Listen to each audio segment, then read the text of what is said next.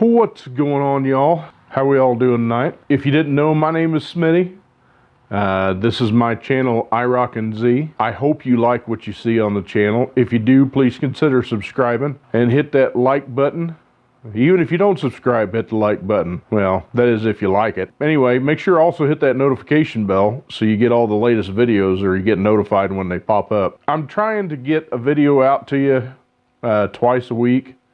Sundays and Wednesdays, usually in the evening. Obviously, it's time permitting, as busy as I am with my 2 jobs and everything else that goes on in the house. So I do my best to get them out to you, and I hope they're okay. I gotta say thank you very much for the subscribers. I know it's not maybe a big landmark to you, but I'm almost to 400, which is huge to me. I've apparently caught some of your all's attention, and hopefully you can learn something off of this, because I'm going to tell you, any of this stuff that I'm doing, if you've got any kind of mechanical knowledge, you'll be able to do this. The biggest thing in an automotive industry is common sense. If you think about what you're doing before you do it, a lot of times you'll figure out, well, that's not going to work, or if I do it this way, what's going to be the outcome. At any rate, we've been doing this series here for a little bit, and it may look like a ton of videos, but I really want to be able to teach you something. And you can't blow through one of these transmissions in,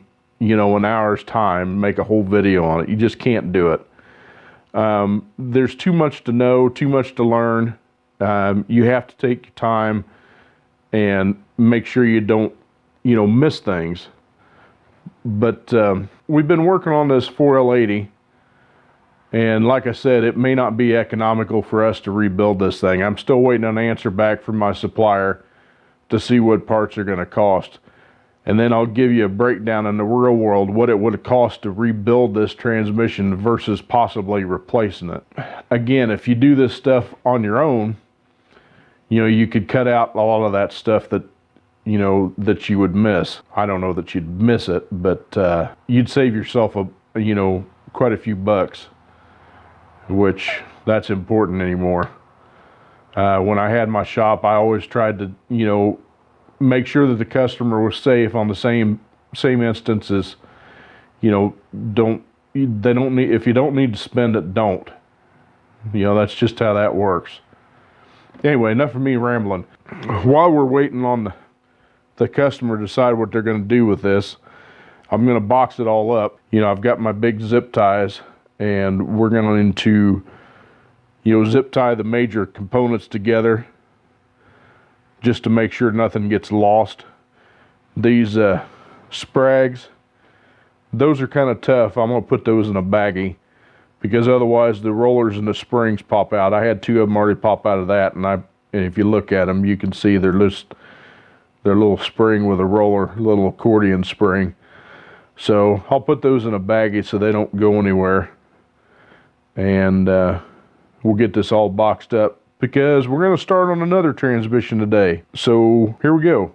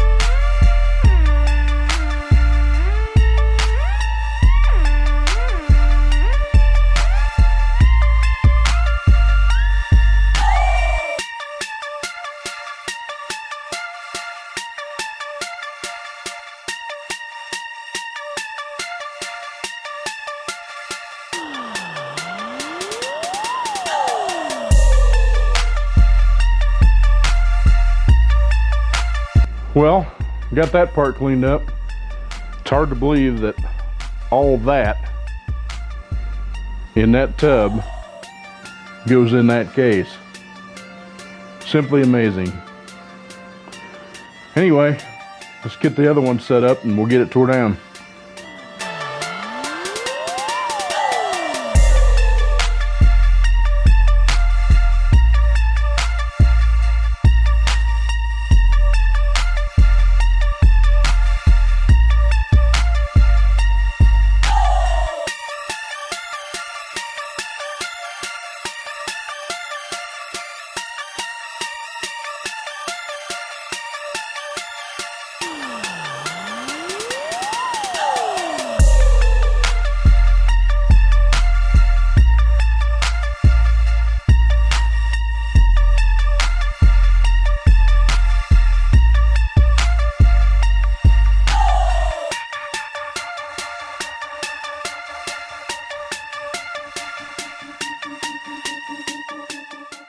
Okay, y'all, we got it mounted. This is a 700 R4. It is the same as a 4L60E in design. However, 700 R4, since there's no E on the end of it, means everything's mechanically controlled. This cable right here takes the place of the pressure control solenoid on an E, and the way this works is when you stomp on the pedal, this thing pulls out like that. It's spring loaded, and that's how it controls the pressure inside the transmission for different load characteristics. Whereas if it's on an E, the E actually does it electronically. That's got a solenoid that varies the orifice inside, blah, blah, blah, blah, blah. I'll get into an E later, but for right now, this is what we're going to work with. This happens to be an 87 model. This is the transmission out of Scarlett. It came from up there close to Georgia. So you can see it's got a whole bunch of Georgia clay mud all over it. I cleaned a lot of it off, but I mean, it was really caked on there. Some other characteristics of it: you've got a couple of pressure taps. You've got one there, you got one here, and there should be one more. Yeah, right there. This one here is line pressure. That, in other words, that's exactly what the pump's putting out. That plug right there is your torque converter clutch. It also, there's a switch inside for third gear pressure. It tells the ECM when the transmission's in third gear. This is a 2-4 apply servo. This servo applies in second and fourth gear. That's what applies the band that's on the inside. What else?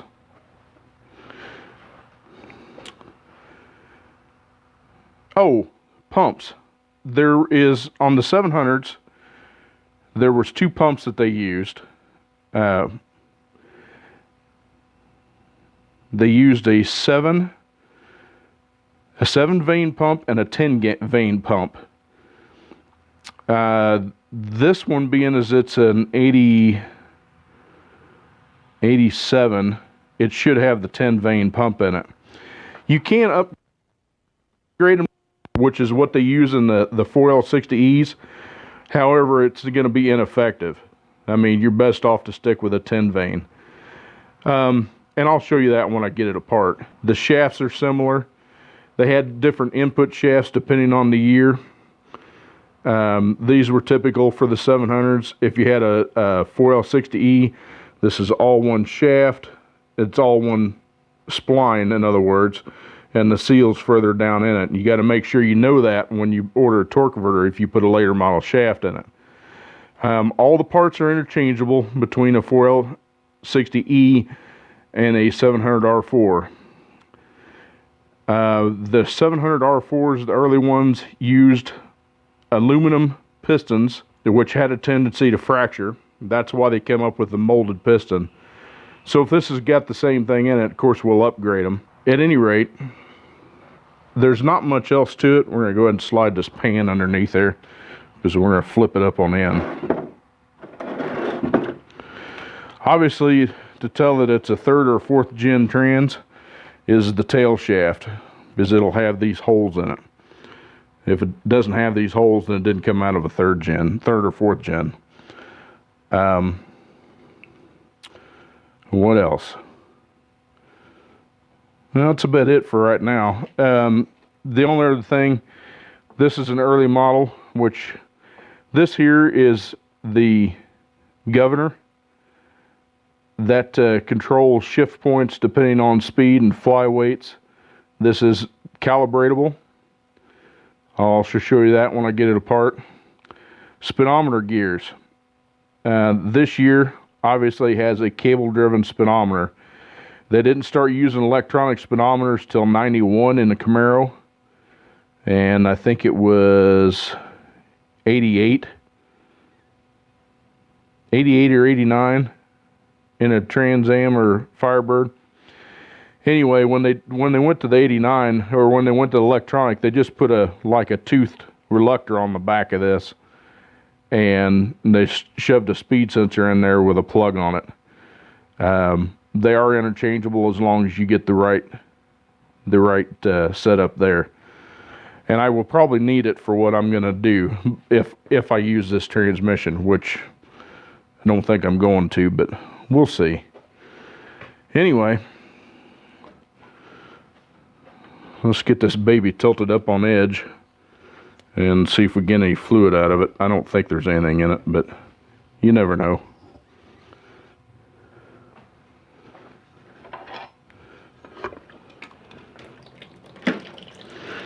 Well, there's a little bit of nastiness in there. Actually, the fluid doesn't look too bad. It's actually red. That's a pretty good sign. What I really don't like to see is when I see silicone on a pan. That usually means that they've used a cheap pan gasket. They make these gaskets called Duraprene, and they are fantastic. Almost looks like it's... And you got 2 bolts here that are loose on the pan, and I'm sure that's just because they took the bracket off for the shifter cable. Anyway, another thing is this retainer right here, very important. Don't put one of these together without putting this retainer on. The first models of these they had, they came out with this transmission starting 1983. And they were so failure prone. But this is one of the problems they had, is it would blow out the front seal. So the fix for that is they put a seal retainer on those. And I think I actually still might have 1 or 2 of those in my stock. Because I used to, when I had the shop, I'd build quite a few of these. Ouch. Yep, I do. I keep new ones in stock. And these have gotten a little surface rust on them, but these are the retainers. Well, I think that's going to about do it for tonight, because I need to get this video put together so I can get it out to you. So anyway, next video, we'll get to tearing down this one. And, you know, I think maybe what I'll do with this, since I don't think I'm going to use it, well, I don't know. I may just keep it. I may go ahead and just rebuild it and keep it. Either that, or I may offer it up to one of y'all if y'all need a transmission, because I'm not going to build it light, I can tell you that. I like something that shifts real quick, and I'll show you some tips and tricks and things that'll make it better. So at any rate, hey, I hope you like what you see. If you do, consider subscribing. Smash that like button, hit the notification bell so you get all the latest uploads. Leave me a comment or something. Follow me on Instagram at IROC-Z87. Post something on there, DM me if you need to, or you can do it through YouTube. Either way. I'm still learning the Instagram thing. I haven't quite figured it out just yet. I'm working on it. But anyhow, oh, I finally found pictures of one of the old third gens I had. I had an 89 Trans Am GTA. It was a white 5-speed T-top car, and I'll post some pictures up for y'all. Something else. I'm thinking about doing a little segment of like subscribers rides, what y'all got, you know, a little story behind it. If you're interested in something in that, you know, leave me a comment or something, or get a hold of me on email. My email is irocandz@gmail.com. Let me know if that's something that's going to interest you, and if you'd be interested in putting some pictures out and a little story behind your ride. Anyway, again, it's just something I'm tossing around. Leave me a comment. Let me know what you think of that. So until next time, we'll tear down the 700 and go from there. But again, make sure and hit that like button. Subscribe if you enjoy it. Thanks again for continuing support and the new subscribers. Until next time, God bless. Take care of each other. Bye-bye.